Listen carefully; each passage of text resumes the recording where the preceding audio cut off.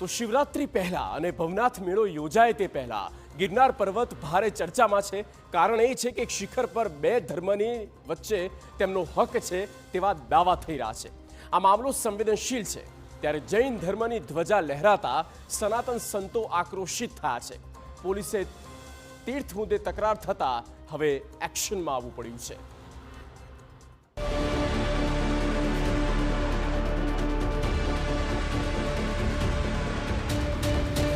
लहराती जैन संप्रदायनी ध्वजा,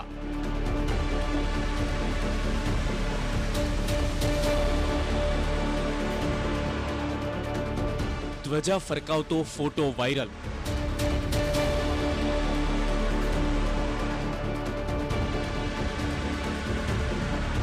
ध्वजा लगाड़ी लखाण लखाता विवाद।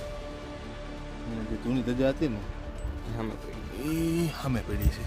आ वीडियो जोता सवाल ए छे कि शू जूनी ध्वजा कोઈએ पर्वत पर फेंकी? जूनी ध्वजा आती ने हमें पड़ी है। आ वीडियो जोया પછી સંત સમુદાયમાં રોષ ફાટે તે સ્વાભાવિક છે। શિખર પર કોનો હક કોનો દાવો તે વિષય ખરી, પણ આ રીતે સનાતન ધર્મની ધ્વજાને અપમાનિત કરવાનું પાપ થયું છે, આ સવાલ પણ તેની જગ્યાએ ખરી।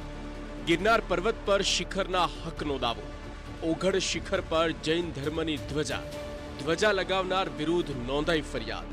નાથ સંપ્રદાયના સ્થાનો પર અતિક્રમણ। જૂનાગઢના અતિ પ્રાચીન અને સનાતન ધર્મના આસ્થાના કેન્દ્ર એવા ગિરનાર પર્વત પર ફરી એકવાર શિખરો પરના હક દાવાને લઈને વિવાદ વકર્યો।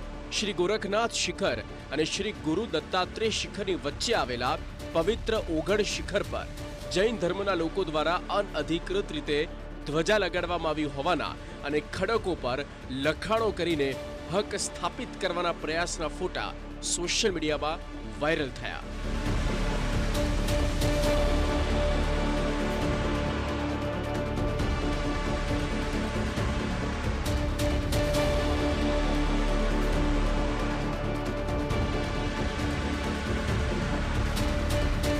ગિરનાર પર્વતની ઓઘડ શિખર સાથે નાથ સંપ્રદાયની આસ્થા છે। શ્રી ગોરખનાથ શિખર અને શ્રી ગુરુ દત્તાત્રેય શિખરની વચ્ચે આવેલી છે ઓઘડ શિખર। આ ઓઘડ શિખર પર ઓઘડનાથજીની ચરણ પાદુકા છે। ગુજરાત રાજ્યના પુરાતત્વ વિભાગ દ્વારા આ રક્ષિત સ્મારક છે। શ્રી ગોરખનાથજીના દલીચાની જગ્યા હેઠળ રજિસ્ટર્ડ સ્થાન છે। આ ઘટનાને પગલે ગિરનારના સાધુ સંતો અને સનાતન ધર્મીઓમાં ભારે રોષ જોવા મળ્યો, ત્યારે નાથ સંપ્રદાયના સંતોએ જૂનાગઢ ડીવાયએસપીને આવેદનપત્ર પાઠવી જવાબદારો સામે કડક કાર્યવાહીની માંગ કરી છે। સૂત્ર છે જૈનમ જયતિ શાસનમ, એટલે કે જૈનોનું જૈનોથી જૈનો દ્વારા ચાલતું શાસન। આની પહેલા પણ આબુ પર્વત પણ જે હિન્દુ ધર્મનો હતો એને પણ આ લોકો પોતાના પોલિટિક્સ અને પોતાના આર્થિક જે એની મજબૂતી છે એના દ્વારા કવર કરી ચૂક્યા છે।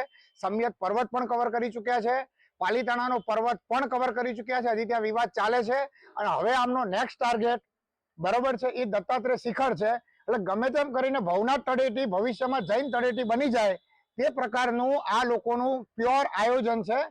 થોડા દિવસો પહેલા ઓઘડ શિખર પર જૈન સંપ્રદાયની ધજા ફરકાવીને સૂત્રોચ્ચાર કરવામાં આવ્યા।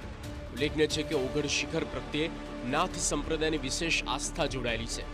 આ જગ્યા ગોરખનાથજીના દલીચાની જગ્યા હેઠળ રજિસ્ટર્ડ છે, ત્યારે નાથ સંપ્રદાયના સંતોમાં આ ઘટનાથી ભારે રોષ જોવા મળ્યો અને તેમણે આ કૃત્યને સનાતન પરંપરા પર તરાપ ગણાવી જવાબદારો સામે કાર્યવાહી કરવાની પણ માંગ કરી। આ મામલે હવે ધ્વજા ફરકાવનાર બે લોકો વિરુદ્ધ એફઆઈઆર દાખલ કરવામાં આવી છે। પોલીસે સોશિયલ મીડિયા ફૂટેજ અને ટેકનિકલ સર્વેલન્સની મદદથી તપાસ આગળ વધારી છે। યુવાનો છે એ આ ધ્વજા લગાવવાનું કાર્ય કરેલું અને નીચેથી છે એ આ ફ્લેગ છે ચોરી છુપીથી ઉપર લઈ જઈ અગાઉથી ગુનાહિત કાવતરું રચી આ પ્રકારનું કૃત્ય કરી દિગંબર જૈન સમાજ તથા નાથ સંપ્રદાય અને સનાતન ધર્મ વચ્ચે જે કોમી વૈમનસ્ય ફેલાવવાનો પ્રયત્ન કરવામાં આવેલો છે। આથી આ બે અજાણ્યા શખ્સો વિરુદ્ધ તેમજ તપાસમાં જે ખુલે તે તમામ વિરુદ્ધ ભવનાથ પોલીસ સ્ટેશનમાં ગુનો દાખલ કરવામાં આવેલો છે। નાથ સંપ્રદાયના સ્થાનો પર અતિક્રમણનો આક્ષેપ શ્રી ગોરખનાથજીના દલીચાની જગ્યાના મહંત પીર યોગી સોમનાથજી ગુરુ રાજનાથજીએ આવેદનપત્રમાં જણાવ્યું કે ઓઘડ શિખર પર ઓઘડનાથજીની પ્રાચીન ચરણ પાદુકા આવેલી છે, જે ગુજરાત રાજ્યના પુરાતત્વ વિભાગના રાજ્ય રક્ષિત સ્મારકની શ્રેણીમાં આવે છે। ત્યારે તેમણે આક્ષેપ કર્યો કે જૈન ધર્મના લોકો દ્વારા ગિરનાર પર આવેલી નાથ સંપ્રદાયની જગ્યાઓમાં વર્ષોથી પોતાના દેવી દેવતાઓની જગ્યા હોવાના ખોટા હક દાવા કરવામાં આવે છે, જેના કારણે બે સમાજ વચ્ચે વૈમનસ્ય ફેલાઈ રહ્યું છે. હવે આ મામલે ધ્વજા કોણે ફરકાવી તેને લઈને પોલીસ તપાસ કરી રહી છે. ગિરનાર પર્વત ઉપર જુનાગઢ પોલીસ દ્વારા બંદોબસ્ત રાખવામાં આવે છે. વધુમાં થોડા સમય પહેલા જ ત્યાં સીસીટીવી કેમેરાઓ પણ લગાવવામાં આવેલા છે. આ તમામ હકીકતોને ધ્યાને રાખી આ પ્રકારનું કૃત્ય કરી બે ધર્મ વચ્ચે વિવાદ ઊભો કરી કોમી વૈમનસ્ય ફેલાવનારા આવા અસામાજિક તત્વો વિરુદ્ધ પોલીસ ક્યારેય સાકી નહીં લે. એક તરફ જૂનાગઢમાં ભવનાથનો મેળો નજીક છે અને બીજી તરફ આ ઘટનાને પગલે તંગદિલીનો માહોલ સર્જાયો છે. ત્યારે મેળા વખતે જૈન અને હિન્દુ સંપ્રદાયમાં કોઈ પણ પ્રકારનું વૈમનસ્ય ન ફેલાય તે માટે પોલીસ એક્શનમાં છે.